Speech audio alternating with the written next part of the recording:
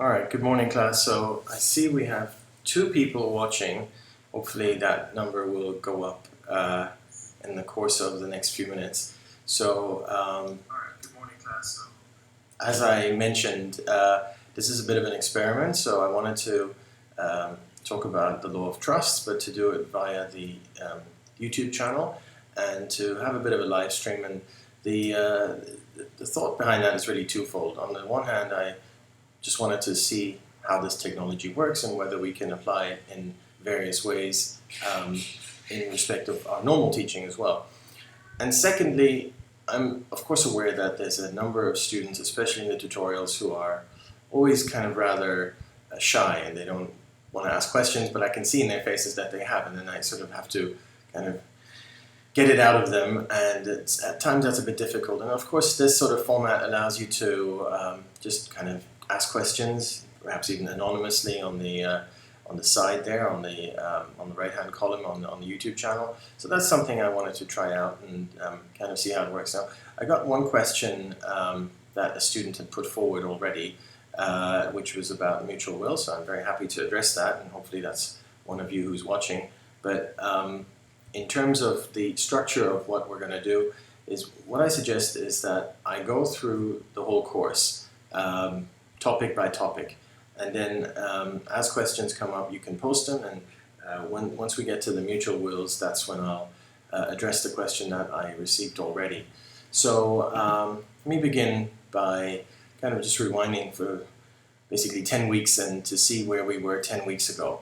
So we started this course, and to many of you this whole idea of a trust was obviously something new, and we had to kind of place it in the broader scheme of the common law. And so we talked about it as having evolved in the separate stream, which is of course equity. And you know a bit about equity because you had done the previous course on equity in year 2. So that in and of itself told us that because trusts come from equity, they don't follow the normal sort of predictable patterns of common law and common law development that we're used to from other subjects. It's often a bit more ad hoc, and you have to remember that equity is essentially about whether something is fair or not fair. So if you look at the whole body of cases going back hundreds of years, a judge might think something is unfair and then hold in a particular way to remedy that unfairness. But in a subsequent case, a subsequent judge may have a different perception of fairness, because of course fairness is something that is not entirely objective. So that sort of explains a bit that a lot of our cases, as much as we try and make sense of them and try and kind of pool them and put them into separate baskets and try and find commonalities, a lot of these cases sort of stand out as being quite exceptional. So that's sort of a bit of the background as to why that is. So we really started off the course by, first of all, talking about trust law and trusts as on the most general basis. What are they? And remember, we talked about the fact that to separate a trust from anything else, you always have to identify the three parties. So you always have to have a settlor, a trustee, and a beneficiary. So if you don't have those three parties, then it cannot be a trust. And so, for instance, if you just have something that looks like a settlor and something that looks like a trustee, then but no beneficiary, then it's probably a gift. It's not a trust. So you always need that third party, the beneficiary, in order for there to be a trust. So that might sound sort of very simple, but when things get rather complex, it's always useful to go back to that idea. Where are the three parties? Can I identify those three parties? And when I say three parties, that doesn't necessarily mean that we're talking about three different people. As we talked about, these people these roles may be taken on by the same people. And the one case that I think we always kept coming back to, which is so useful, is Paul and Constance, because that is a case that tells us so many different things about trust that we need to know. First of all, it tells us that in general, trust can be very informal. So remember, this was Mr. Constance and his girlfriend, and they had won some money on the bingo, and Mr. Constance put the money into his bank account, that's Mr. Constance's bank account, and told the girlfriend that the money is as much hers as his. So Mr. Constance probably didn't know what a trust was. He wasn't a lawyer. He didn't know anything about these sort of legal details. But at the same time, what the court eventually found was that he did create a trust when he did that, when he put the money in the bank account and just said the money is as much yours as it is mine. So remember what happened subsequently. Mr. Constance died, and then the wife tried to claim all of his estate, including that money in the bank. And the girlfriend said, no, no, no, that money is also mine, or half of it is mine, because that's what Mr. Constance said. And the court said, because Mr. Constance had created a trust, it was indeed the girlfriend's money, or half of it was the girlfriend's money. So a trust in this instance would have been Mr. Constance, the settlor, takes the money, puts it in his bank account. He then becomes a trustee as well. So the settlor and the trustee are the same person, even though there's two different roles. And then the beneficiary would have been the girlfriend. So very informal, and yet it was deemed to be a trust. So from that, we sort of progressed on this course to talk about the various things you need to look at in terms of determining whether there even is a trust. So the first thing we need to, we got someone posted something, so I'm going to just say hi to that person to make sure it works. All right, there we go. So first of all, we determined that there need to be 4 things in place in order to show that indeed there is a valid trust. So those 4 things are 3 certainties, so we have to look at those. We have to look at the capacity of the person who's creating the trust. We have to look at formality, and then lastly we have to look at something called constitution. So those are the 4 things that we spent about 4 or 5 weeks of this course on. And all of those things answer one question, and that question is there a trust? Does the trust exist? So for the 3 certainties, we have certainty of intention, subject matter, and object. So we basically examined those 3, and for each of those 3 we had a number of cases that you can reference back to figure out whether or not there is indeed intention, subject matter, and object. So intention is essentially, when we think back, coming back to Paul and Constance, what did Mr. Constance think when he said those words, the money's as much yours as mine?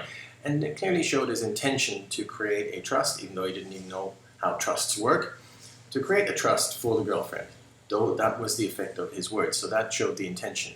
And the subject matter is, what is the trust property? And so in Mr. Constance's case, that's very clear. That's the money put into the bank. And sometimes it's not entirely clear, but it has to be. It has to be clear what that is. It has to be definitive. This is the trust property, and you have to define it in very certain ways. It can't be sort of in a roundabout way, because there needs to be certainty. And then lastly, there also needs to be certainty of objects. Objects are the beneficiaries. Who is the beneficiary under the trust? And we have, again, usually that's easy. So in Mr. Constance's case, it must be Mrs. Paul, because that's the girlfriend. But in other cases, it might not be so easy, because the beneficiaries are described in a sort of a roundabout way. So see, we got quite a few people watching now. That's great. So I'll just reply here. So that's all working. So for those of you who just come online, the structure I'm trying to follow is I'm just going to go through all the topics that we covered on the course, and then I'm going to, as we go along, you can either post a question, and I'm seeing a lot of you are posting things, that's great. You can post a question there, and then I'll answer that. And I've had one question sent to me in advance, which was about mutual wills, so I'll get to that when we get to the mutual wills. So the first thing we check in terms of whether there is a trust or not is, have we fulfilled the 3 certainties? Okay, so we've talked a bit about that. Then once we've done that, we check the capacity issue. That's very easy. So we just make sure that the person who is creating the trust is not a minor, and that they have the mental capacity to do so. So sometimes someone might be mentally incapacitated, and that might not be possible to create a trust for that person. But there might be sort of other circumstances. You might see some cases, especially with mutual wills, where someone is essentially sort of half dead on their deathbed, they're under the influence of drugs and so on, and then the issue arose as to whether they have capacity. But generally, it's a very easy box to tick. So someone's just asked whether the live stream will be available. So I think the way YouTube works is that it just records it, and then the video will just remain on the YouTube channel. So that's all. That's obviously fine with me, and we'll just keep it there, and you can go back and have a look. So capacity was the second thing we look at, and then the third thing is formality. So formality is something that you may or may not need to show to exist. So generally, again, Paul and Constance, we keep coming back to this case, but it is such an important and such a great case for illustrating so many things to do with trust law. Once we have a situation which involves personality, that means not real property, and basically not land, it can be informal. So you do not, and Paul and Constance shows this, so you do not need to follow any formality, you don't need to sign any documents and things like that. You simply declare a trust, and as long as everything is certain, 3 certainties, and as long as you have the capacity, then you would have established a trust. But sometimes you do need to show that you have taken some formal steps. And so the 3 things we looked at were trusts over land. So where you create a trust over land, this must be evidenced in writing. And why is that? Well, that's essentially because we, again, think of Paul and Constance. If instead of some bingo money, Mr. Constance had sort of given his house to Miss Paul, he might have woken up the next morning and sort of regretted that. So the law kind of demands that you think about it a bit, because if you do things in writing, that tends to be kind of more serious on your part. So that's in respect of land, so we have to show some formality, which is that it must be evidenced in writing. That doesn't mean the actual creation of the trust has to be in writing, but it has to be evidenced in writing. And this can be done after creation of the trust. So you can create the trust orally, and then by doing so, you would pass the equitable benefit to the beneficiary, and then later on you sort of write it down in some form. And it needn't even be direct, but it has to be evidenced in writing. Now, the more stringent one is where you assign an equitable interest. So an equitable interest is a pre-existing equitable interest. So a beneficiary has an equitable interest. Now, if you are that beneficiary and you want to assign this interest to someone else, then the actual assignment needs to be done in writing. So this is a more stringent formality that you have to fulfill. So this was the whole issue that we talked about at quite some length, where we had the Gray and the RSC, and of course the first of the 3 Van der Bell cases talked about that at some length.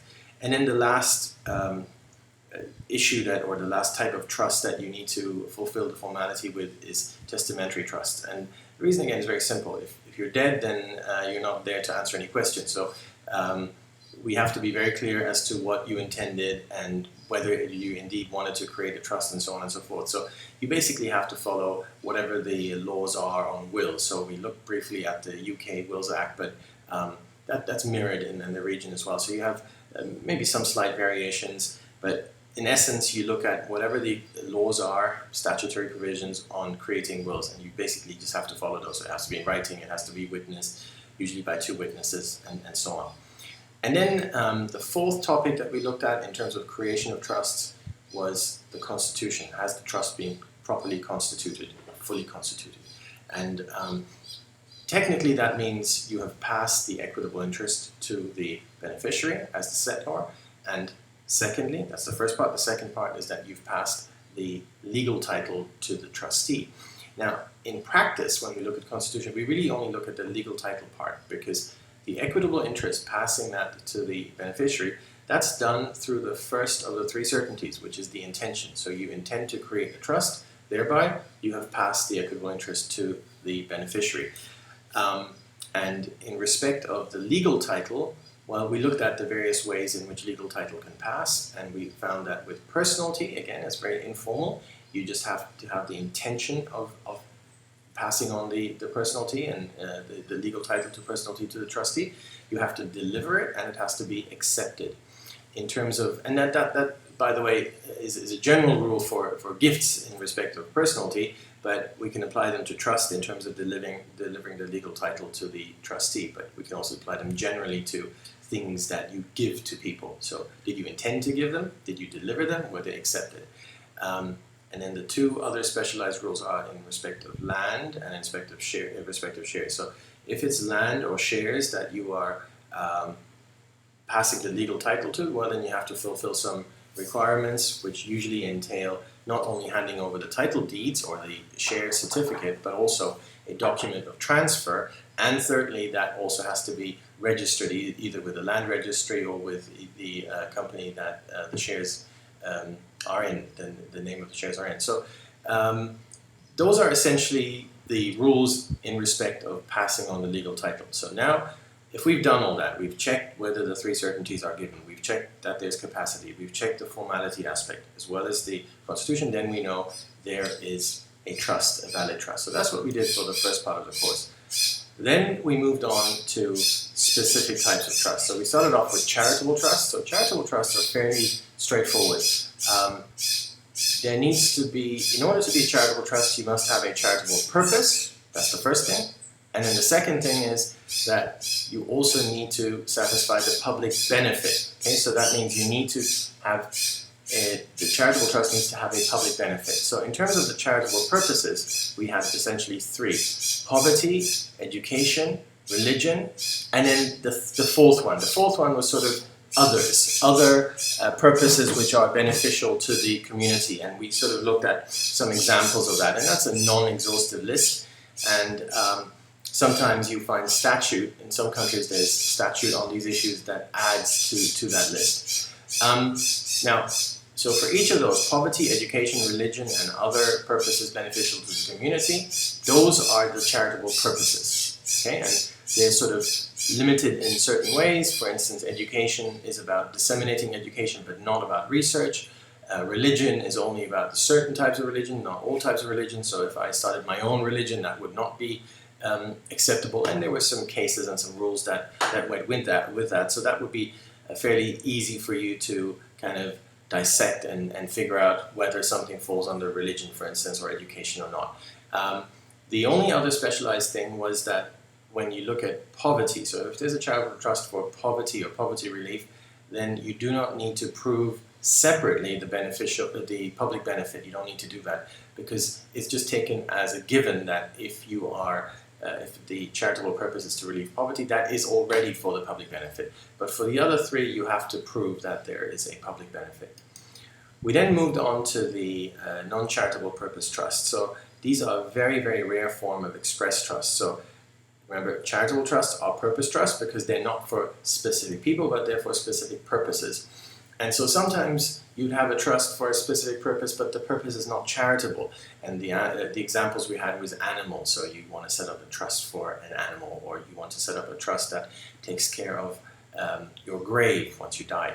So that's possible, and then that falls under non-charitable purpose trusts. But the courts are very reluctant to allow these types of trusts. So there's only really 5 categories where this has happened. So we have the animals, we have the graves, private masses, fox hunting, and unincorporated associations. And so for each of those, you just have to look at the cases and look at the specialized rules that flow from those cases. Now, the reason why the courts don't like allowing these types of trusts is because all of these trusts, in a way, go against the beneficiaries principle, which is that every trust needs to have identifiable beneficiaries. And that, of course, dates back more than 200 years. We had, for instance, the case of Morris and Bishop of Durham. So that is really the crux of the matter as to why courts don't generally accept non-charitable purpose trusts. But for the those 5 categories that we listed, they have on occasion done so. So that's just something you look at in terms of any situation that you're confronted with and compare that with the existing cases to determine whether it may or may not fall under that label. But it's very rare for it to do. Then we moved on to the secret trust. So secret trusts are basically trusts that no one knows about, no one except for the settlor and the trustee, and sometimes the beneficiary knows about it, but the beneficiary would not know what the trust entails, what the trust property is, what their equitable interest is. First of all, whether it's a half-secret or fully secret trust, so fully secret means only the trustee and the settlor know about it. Half-secret means all 3 parties know about it, but the beneficiary doesn't know about the details. Now, whether it's half-secret or fully secret, there are basically 3 things you look at. There's like 3 elements. It's a 3-part test. Was there an intention to set up a secret trust? Was there communication? That means communication to the trustee. And thirdly, was there acceptance? Did the trustee accept their role as trustee? Now, there's a number of specialized rules you might remember. So you need to inform the trustee in either case, but in terms of the details, sometimes you're able to, you can inform the trustee by giving them a letter, but it's a sealed letter and they can only open a letter after you die. So did you then communicate? So the law says, well, you did communicate because they have the letter. Okay? The fact that they didn't open the letter or couldn't open the letter, that's not relevant, but they have the letter. Whereas if there's no such letter and you haven't communicated, but you just leave the letter with your possessions when you die or with your will, that's not good enough. So that's communication. So you have intention, communication, acceptance. You have to look for those three things, irrespective of whether it's a fully or a half-secret trust. The difference, whether it's fully or half-secret, really lies in the communication aspect. For fully secret trust, you can communicate at any point in time before you die. So you can do it a long time ago, or at the time of drafting your will, or just before you die. Any time is possible. For half-secret trust, you must communicate. That means communicate to the trustee the fact that they will be the trustee and they have to accept either before you write your will or at the time of writing your will. If you communicate after writing your will, then it's no longer allowable, and then the half-secret trust fails. Then more recently, mutual wills, and this is where I had the question from one of you, so this is the point where I can discuss that question. So first of all, generally mutual wills are complementary wills. Complementary wills are wills that two people write, and they're not exactly identical, but they're almost identical. So the only thing that's being swapped around are the names. So for instance, it would say, if I, the husband, die first, everything goes to my wife to be held for my children. And then the wife's will would be identical, only that, of course, it would say, if I, the wife, die first, and so on. So that's complementary, but in and of itself, complementary wills are not mutual wills. So they can only become mutual if they are accompanied, and so this is the second element, by a promise not to change them. So if husband and wife execute mutual wills, or I should say mirror wills, these mirror wills will then become mutual, or these complementary wills will become mutual if and only when the husband and the wife, promise each other that they will not change their wills. So that then means that the parties are bound. But interestingly, they're bound in contract law. This is a very important point, which relates to the question I was asked, which I'll come back to in a moment. Let me first say that there also needs to be a binding event. So once you have a mutual will, again, mutual will is a complementary will plus the promise not to change it. These two elements make it a mutual will. So once you have a mutual will, that doesn't mean the trust has been triggered at that point. You also need a binding event. And the binding event is when the settlor, the first testator dies. So when the first testator dies, that's when you have a binding event. That's when the trust basically starts. And that is when the equitable interest is vested with the beneficiary. So now to come back to the question that I was asked. The question was basically what happens if someone changes their mutual will before they die, which goes against the promise not to change it. Does the beneficiary still get something, anything? And the answer is no. And the reason why is because at that point there would not have been a binding event. It is only the binding event which activates or which triggers the trust. So, but of course, as soon as the binding event occurs, so as soon as the first testator dies, at that very instant, the equitable interest passes to whoever the beneficiary is, and that part then is no longer changeable. So if the husband dies first, at the moment of the husband's death, the equitable interest passes to, if the children were mentioned, then it's the children, so it passes to the children. But in the meantime, the legal title, as well as a life interest, passes to the wife. Now, at that point, the wife can no longer change her will and can no longer appropriate or dispose of the property that she was given by the husband, because the equitable interest is now vested with the children. So the wife can't do anything with that anymore. However, and this is the question I was asked about this, what happens if the husband had changed his will beforehand, perhaps without even telling anyone? Well, then at the point of his death, the will that matters is his latest will, because it's always the latest will that matters, assuming the will is properly done in terms of the formalities of creating a will. So as long as there is a later will, the later will prevail over the earlier will. And does that mean the children get nothing? Well, first of all, yes, it does, but then of course the wife does have a remedy, but the remedy doesn't lie in trust law, it lies in contract law. Because what happens then is that the wife can sue the estate of the husband, saying that he changed his will, he had committed by contract and contract law not to change his will, and so the wife could sue the estate of the husband for whatever she'd been promised under the husband's will. So that, in a nutshell, is our mutual wills. And then lastly, what we did very recently were resulting trusts. So resulting trusts basically are trusts where something has gone wrong and they result back to the settlor. So the trust property goes back to the settlor. That's what resulting trust means. That can happen really in two types of circumstance. So the first one is the trust fails. And if the trust fails, sometimes we ask, well, what happens then with the trust property? Well, it results back to the settlor. So technically this is a matter of an implied trust, because what happens is that the trustee holds that property on a resulting trust for the settlor. So that can happen when there's a failure of a trust, and the other circumstance when it can happen is where someone transfers property to someone else, or someone buys property in the name of someone else. The law assumes in those circumstances, or presumes, that there is a resulting trust. So what that means is, so you buy a house, but you put it in your friend's name. So does that mean your friend then has full title of the house, both equitable and legal title? No, it does not, because what actually happens is that you retain the equitable title by way of resulting trust. So your friend only is basically the nominal owner of the house, because their name is on the title deeds, but you retain the equitable title through the equitable interest through resulting trust.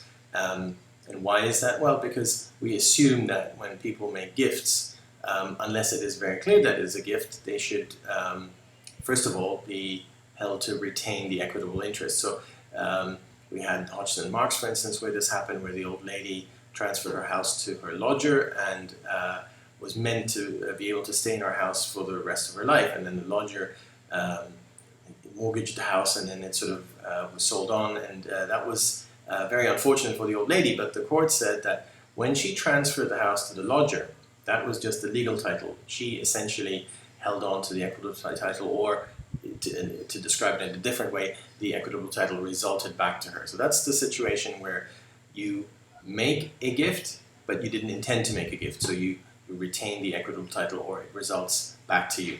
So from that, we know that there are automatic resulting trusts and presumed resulting trusts. Presumed resulting trusts are the latter ones that we just talked about, where you have made a gift, but you didn't intend to. And the automatic ones are where the trust fails. And I should say that where the trust fails, there's also sometimes, very rarely, what happens is that a trust comes to an end. For instance, purpose trusts, because they have served whatever the purpose was, and there's money left over, or there's property left over. Well, in those cases, that results back to the settlor as well. Sometimes that's very difficult to sort out if, say, it was a charity and there was donations from all kinds of people, but technically, that those funds, that money results back to whoever the settlers were. So that's automatic resulting trust, and presumed is where the property is transferred but no gift was intended. Now, in some circumstances, we went through a list, it is in fact presumed, or there's a sort of rebuttal of that presumption. So where the husband gives something to the wife, there's no presumption that the husband holds on to the equitable interest. Everything passes to the wife in those circumstances. Interestingly, not the other way around. So where the wife gives something to the husband, it is presumed that the wife retains the equitable interest by way of resulting trust. So that kind of summarizes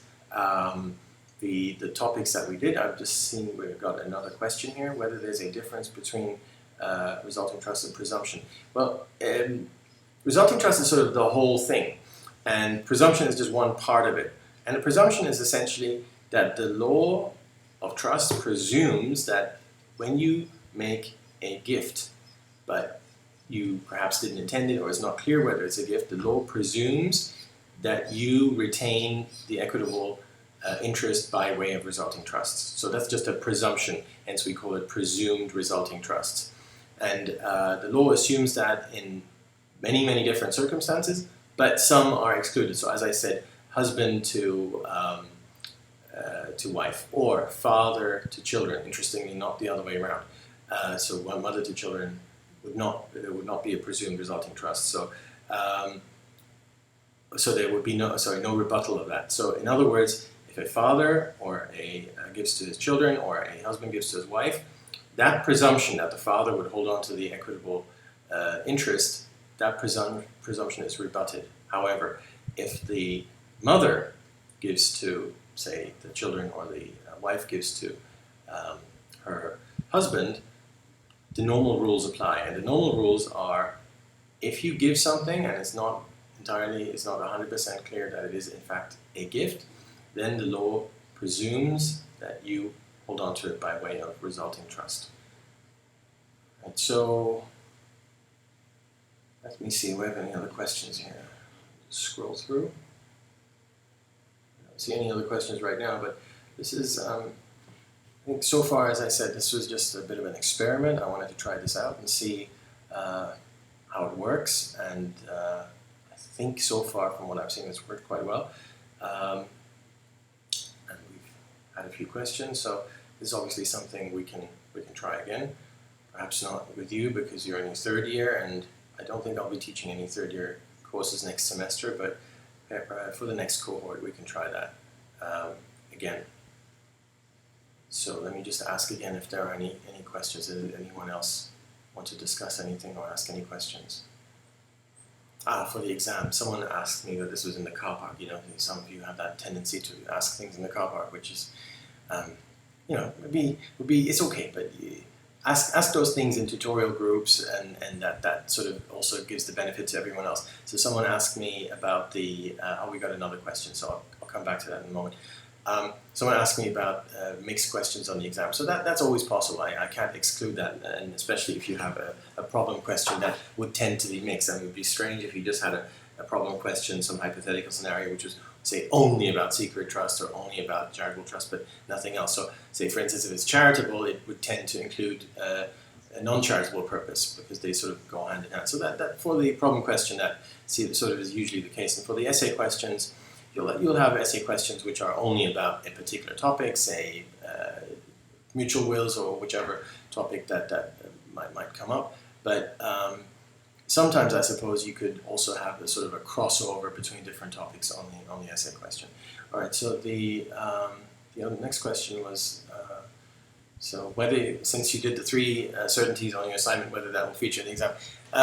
It's I'd like to exclude it, but it's very difficult to do that, because if I exclude it, then it's so fundamental that then how can you answer other questions that maybe don't relate directly or sort of to the 3 certainties just in abstract, but that where you might have to apply that in a problem question and so on. So in a sense, I'm sure you noticed that the 3 certainties have sort of come up again and again and again in the various other topics that we did. So in that way, it will come up in the exams in one way or another, because it is that fundamental.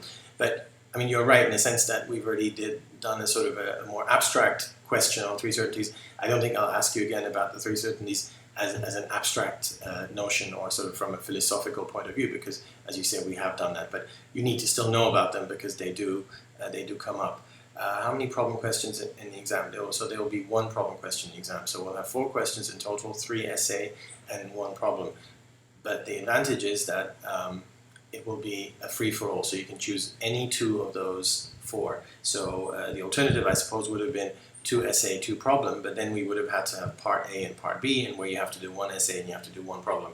So in order to give you the free choice, and because I don't want people just to do 2 problems, because essay writing is important, and being able to not just sort of address certain problems, hypothetical problems, but also showing your understanding in a broader way as part of an essay is very, very important. So I needed to guarantee that you do at least 1 essay question. So you're going to choose, or you can do 2 because you can have a free choice. So 3 essay, 1 problem.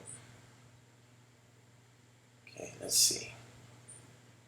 All right, so I don't see any other questions right now. Okay, so I'll, oh, there we go, go with the West. Oh, the West Deutsche Landesbank. Okay, so this question is about the last topic that we did about the resulting trust. So in that case, the Westdeutsche case and the London Council, what happened was that the bank had some financial arrangement with the council. Now, we don't sort of cover all these different arrangements on this course because, of course, that sort of falls outside of the scope of trust law. But what we need to know is that arrangement was deemed to be illegal. Not criminally illegal, but sort of illegal in the sense that it was just not allowable to have that arrangement, which meant that the whole contract was void and the bank got back the money that it had loaned. So at that point, the question arose as to what happens with the interest, because while the council had the money, of course the money accrued interest. And there were two ways of dealing with it. You could have simple interest or you could have compound interest. So simple interest is just you put money in the bank and then you do a calculation where you say, for instance, you get 5% a year and then you just add that 5%. And compound interest is where you add that 5% at smaller intervals, say every month or so, and then of course it grows slightly faster.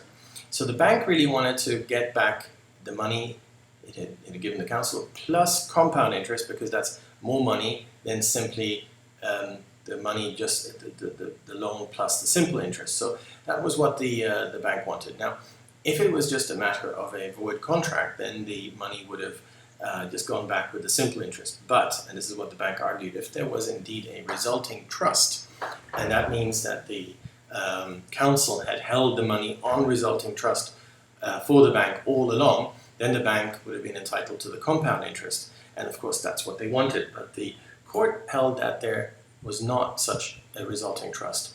And it went to the point of intention. And namely, the intention was, remember, presumed resulting trusts are those things that happen where someone makes a gift or passes along money was not intended. But the court said that that was not the case here, because both parties fully intended their transaction to go ahead. So the bank fully intended to pass along the money as well as any equitable interest in the money. Everything passed to the council, and the council fully expected to accept all of it. And remember, that's a debt relationship, and a debt relationship is not a trust. Okay, so that's a different thing. So bank takes everything, legal, equitable title, everything, money goes to the council, council takes everything. Debt is then, that's another type of relationship that's separate from what we do here.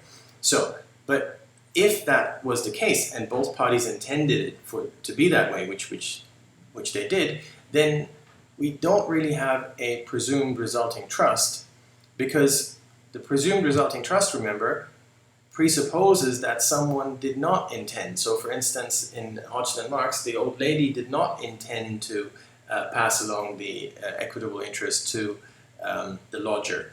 The lodger might have intended to take the whole thing. He might have deceived her, but there was certainly a clash of intentions, and so the bank found that that was not the case here. Right, we got some more questions here. Which topics are we excluding from the final exam? Well, I'll tell you that on Monday.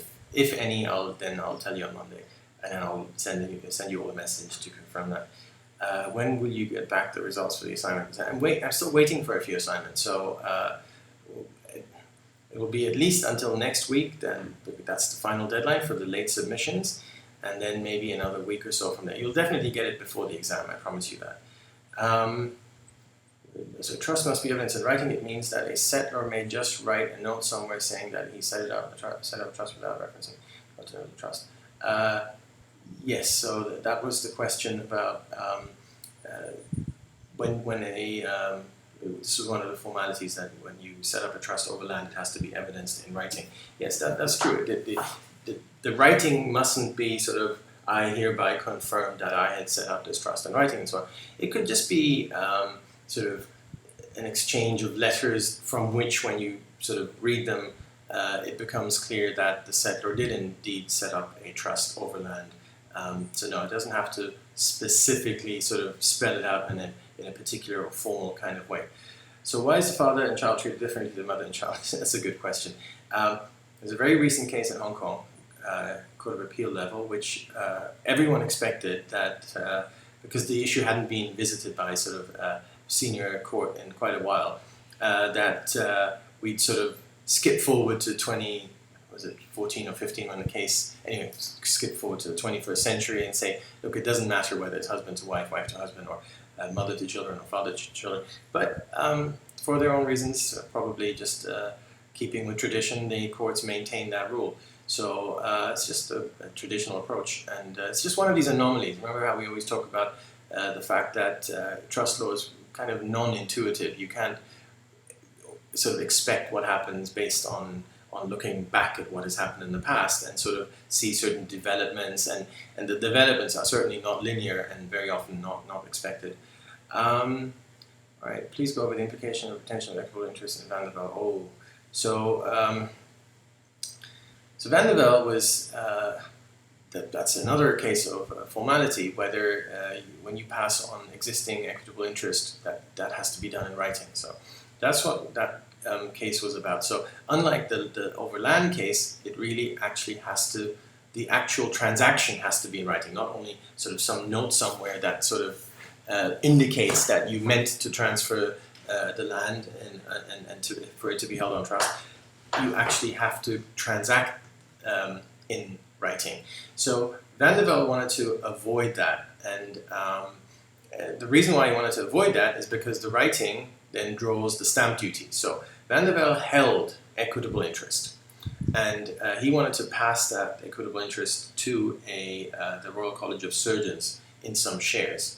So in order to avoid the implications, and his lawyers had learned from the previous case, which was called Gray and IRC, one of the previous cases, the lawyers had learned that you cannot do what Hunter did in Gray and IRC, which was just to transfer orally and then later to sort of purport to confirm in writing, because then the time of the actual transfer would be the one in writing. Okay, so that didn't work out, and so in Hunter's case, that invited the stamp duty, or drew the stamp duty. So the lawyers in Van der Bell thought, we've learned a lesson here. What we're going to do instead is we're going to transfer the entire property, that means both the legal title as well as the equitable interest, to the Royal College of Surgeons, and then avoid the implications of the transfer of equitable interest has to be in writing, of that rule. And as it turned out, that part the court actually accepted. The court said, if you dispose of the whole, that means both the legal title as well as the equitable interest, then you do not need to follow the requirement that the transfer of the equitable interest needs to be done in writing. So far so good. The reason why it didn't go so well in the end is because Van der Bell had retained a right to buy back the shares. And the court held that this right, just to retain that right, that in and of itself was an equitable interest. So in the end, he was held not to have transferred all of the legal title as well as all of the equitable interest, so because he'd held on to some of it. So that was essentially how that all fell apart. And then we spoke briefly about two subsequent Van der Bell cases, which then dealt with the sort of fallout from that, because after that had happened, what Van der Bell actually did buy back the shares. And then the question arose, it was essentially a tax law question as to whether he was then liable to pay the taxes which were due on any income generated by those shares after he bought them back, and then he disposed them again.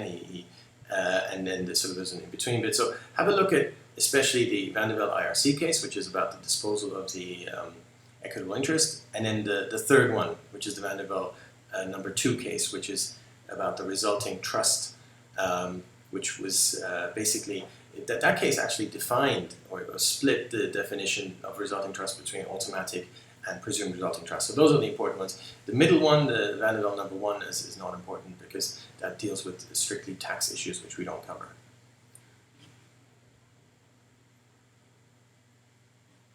All right, so thank you very much. I'm glad we sort of did this, and I hope it was helpful and I hope it worked out. So if you missed it, it will stay on the YouTube channel. Plus, remember, on Monday, we will have during our normal face-to-face lecture time, we'll have another chance to go through all of those things. You'll have another chance to ask questions that you have. So this is not the end, so you'll have another chance to do everything we did today, and in more detail, we'll do that face-to-face on Monday. All right, take care. Have a good day, everyone.